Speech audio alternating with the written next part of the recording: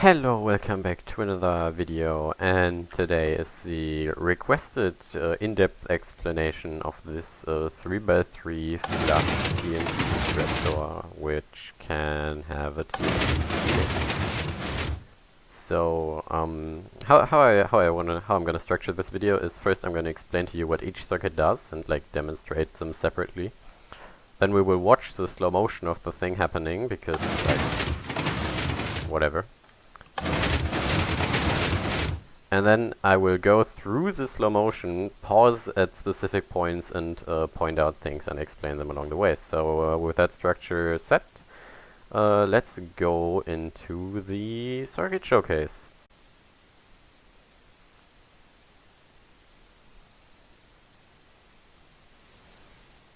So we'll start off with the input block. So this is an input block. It needs a 10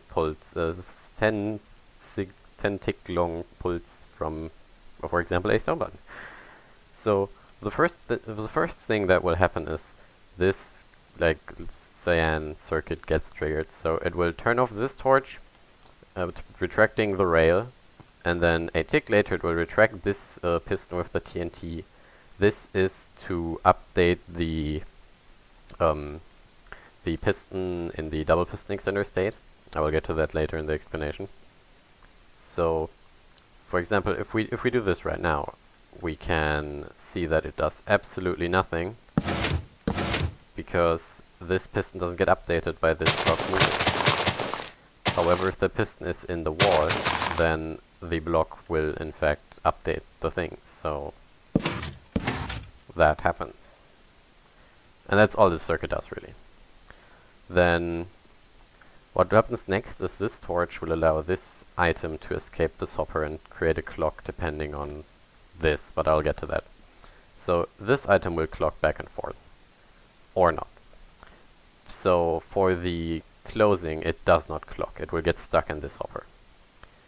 So this turns off. What this is this dropper hopper with the 1 tick and the comparator is actually just a falling edge. So I can demonstrate it like this. You can see it's a falling edge 1 tick for this piston, and then it extends this piston after 8 ticks. Because we're using a negate an inverter with a comparator here, so when this dust turns on after the 2 ticks, this piston actually can power because this piston is in the middle of 1 ticking. So we need these 8 ticks later to update the piston by updating this here. And then it extends. So then, well, dark gray is like the simple stuff. It's literally just stuff pointing into pistons, so I don't need to explain that, I guess. And then this circuit back here, or the first half of magenta, is to do with this weird layout. So, as you can see, if I turn this back off, this is a normal piston. And when I just power this part, I don't know if you saw that or if it was too fast. So what happens first is this piston pushes, and then these pistons push. So and then this one is at the end. So that's the closing done.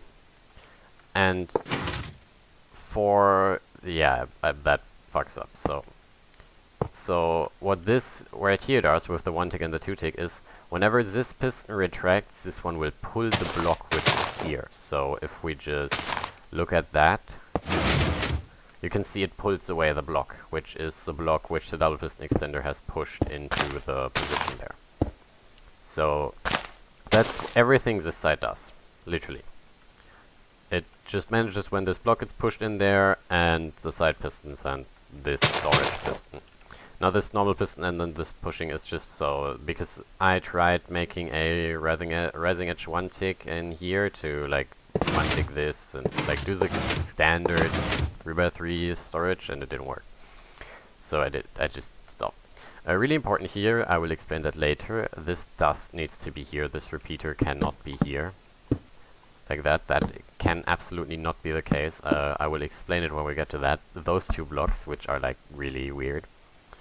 So yeah, this is all that this side does. And then this right here is another drop hopper falling edge, exactly like here. So the item gets locked into the hopper one tick longer than the comparator is locked.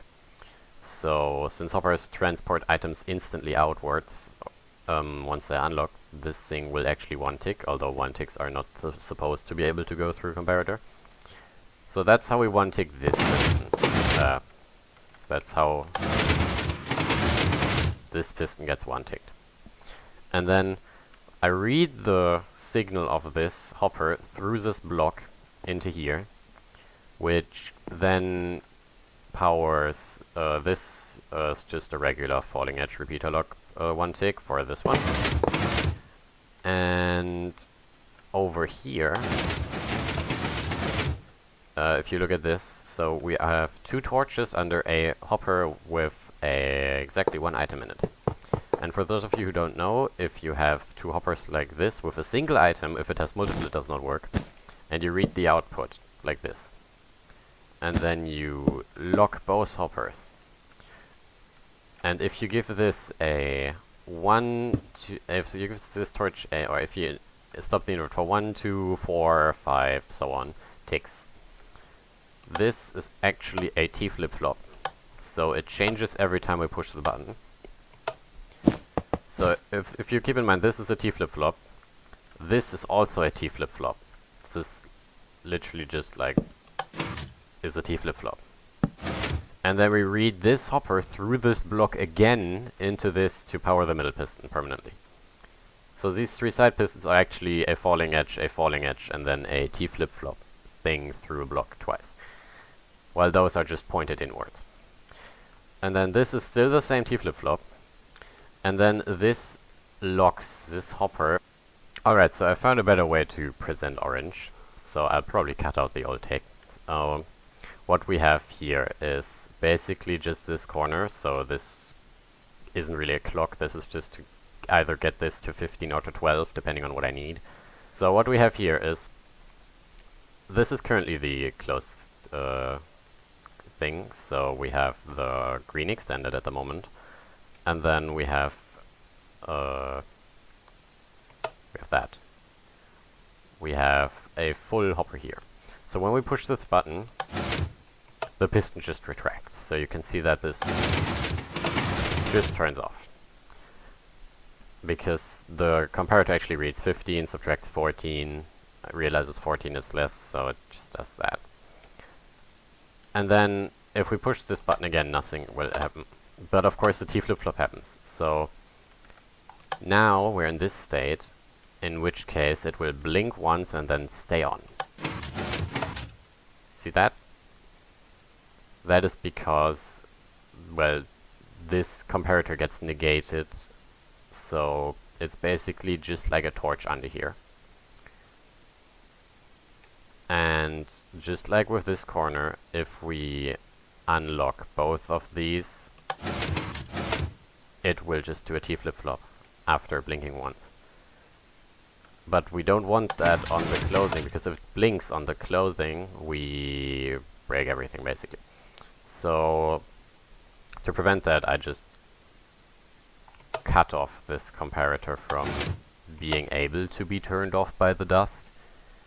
Basically it's exactly like this, but on the one on the closing we cut off this torch from the dust, so it can literally only travel in here, and then on the opening we allow it to do a T flip-flop with a pulse. So that's everything for the circuits. Basically we have a T flip-flop over here, which goes all the way to here, which controls whether this one gets to lock permanently, or if it releases the item or if it releases the item on time, so it travels back and forth again. If that makes sense. And then the item gets trapped in there by this torch again. So let's just move to the slow motion stuff, and then yeah, that would be it.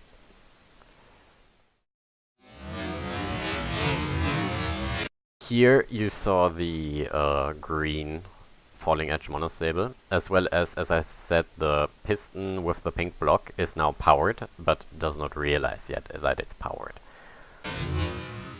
Here, it's very important, look at the very top middle piston. You see it's being powered, but the right gray piston is timed exactly so that it is producing block 36 from it extending when the top piston is trying to extend. And what that means is that the top piston will not push until it gets an update. An update which it gets exactly at this point in time when the dust behind the repeater turns off, but the repeater is still powering it. And I can demonstrate it over here, which is also the reason why the normal piston on the other side could not have it like that, because that would have broken it. So if I just block this piston from, not like that, if I just block this piston from extending like so, this piston is now budded, and the update of this redstone dust will actually update it before the repeater will keep it on for 1 tick, so it 1 ticks. If this repeater would be 4 ticks, then it would 4 tick. So that's how I artificially create a 1 tick out of nowhere.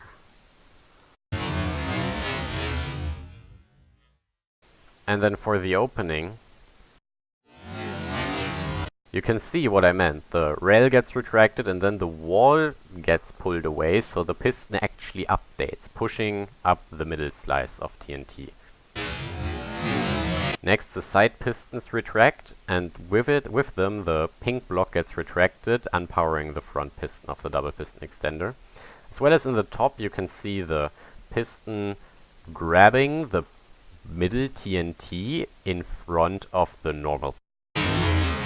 And here you can see the normal piston at the top is getting powered, but it does not push, because the middle piston is actually in the process of extending, and when the top piston, or when the normal piston gets powered, the bottom of the 3 pistons is currently in the process of extending, so block 36, meaning the normal piston cannot push. Then the 1 tick monostable in green happens again, retracting the double piston extender, which puts the piston in front of the still forward-facing redstone dust, and the rail to redirect it is already in the process of moving, meaning this actually 1 tick after it gets updated. And then, when the wall TNT gets pushed in the wall again, the extended piston head will actually update and retract.